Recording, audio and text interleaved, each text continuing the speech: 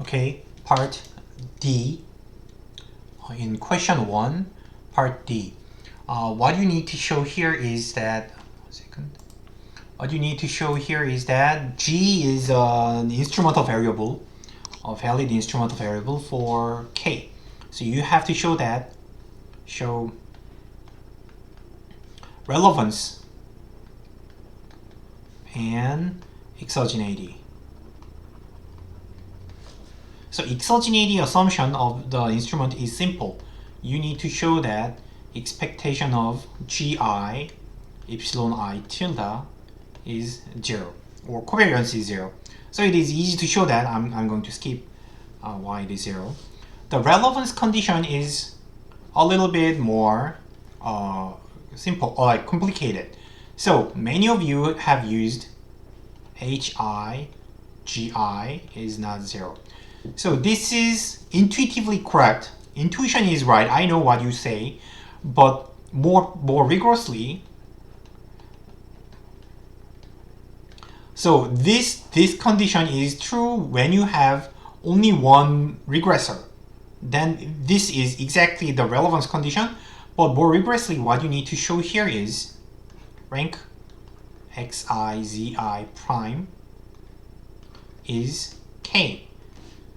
So this is what you had to show here, and in our case, x is 1LH, and z is the collection of all exogenous variables L1, L, and Gi. So it is 3 by 3. It is a 3 by 3 matrix. And so it is not easy to check the rank of 3 by 3 matrix. So anyhow, basically it's a full rank. It's a full rank condition. So you may use delete this guy, delete, and make everything demeaned variable. Then you can show that like expectation of xi zi equals, say, variance of L and covariance between L and G, right? And covariance between L and H, and covariance between H and G. So this 2 by 2 matrix must be invariable. Have to have, or it means so variance sigma L squared times covariance between H and G minus covariance between LG, covariance between LH should be non-zero. That is the condition. This is the condition. And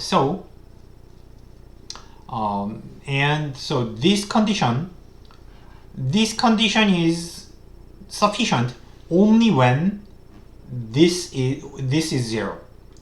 So when this is 0, obviously variance cannot be 0, then it has to be 0. So for this condition to be reduced down to this part, then this part has to be 0, which comes back to this kind of assumption.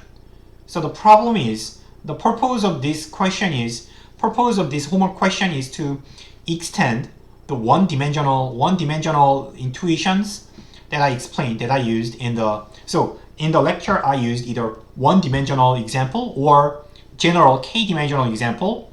So I want you to do two-dimensional because that is easy enough, but still you need to think what is going on.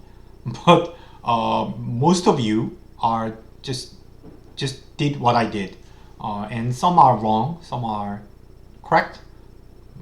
It's okay. Yeah, and yeah, most of you have done well. Okay, finally the part E.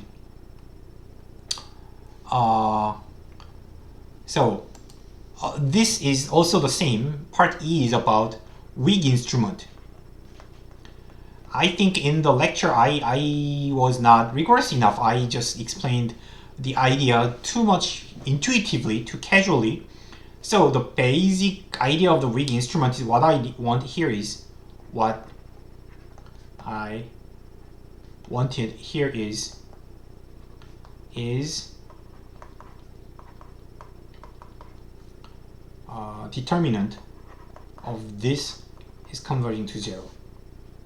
Or if you use a two-stage approach,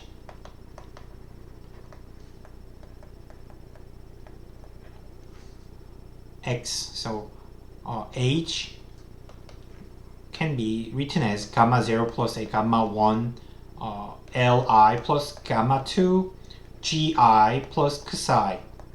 So you have to explain the endogenous variable using 3 exogenous variables. So you have to use 3. But so I think no one did use this way. This is similar to what we have done here, as this guy converges to 0, the instrument is weak, or you have to think about this converges to 0, then the instrument is weak. But here gamma 2 is not covariance between z divided by variance of G. So many of you just used this formula. As I said, this formula is true only when this is the only regressor, right? That is not the only regressor. So this covariance divided by variance is not a correct formula. Therefore, I think there is, I don't know, almost all of you were wrong. So many of you just said covariance converges to 0.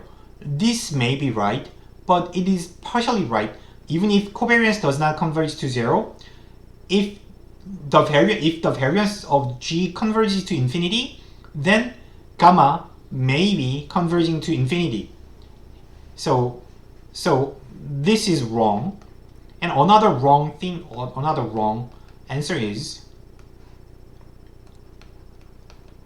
this converges to 0. So this answer is coming from this gamma converging to 0 under this formula. This is wrong because gamma is not this one. Gamma cannot be written in this way. So gamma 2 cannot be written in covariance divided by variance because there are other regressors. So this is not correct either. So the correct answer is this. Or you have to calculate gamma 2 considering the other two regressors in the coefficient. That is correct, otherwise you are wrong. Okay, so this is the end of question 1. Let me continue to question 2 in the next video.